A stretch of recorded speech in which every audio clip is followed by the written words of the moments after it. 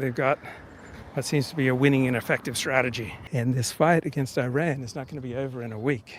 It's likely to last for weeks, for months.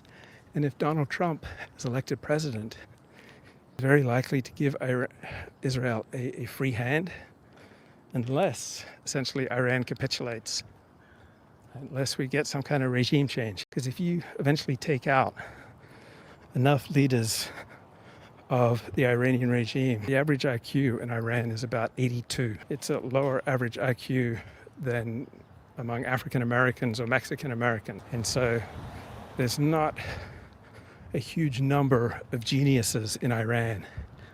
And if you start assassinating the geniuses that run Iran, and they do have very smart people running the regime, right? There aren't an infinite pool of high IQ replacements. And if Israel is effective at assassinating the leaders of the Iranian regime, as effective as they were against Hezbollah, then there's going to be a great deal of reluctance on the part of Iranians to step up and take leadership positions that are going to make them highly likely to be assassinated by Israel. So Israel is creating all sorts of incentives for the Iranian terror-supported network to rethink things and to step away from armed confrontation. Because when you're losing day in and day out and your leaders are getting assassinated, it's terrible for morale, it's terrible for communications.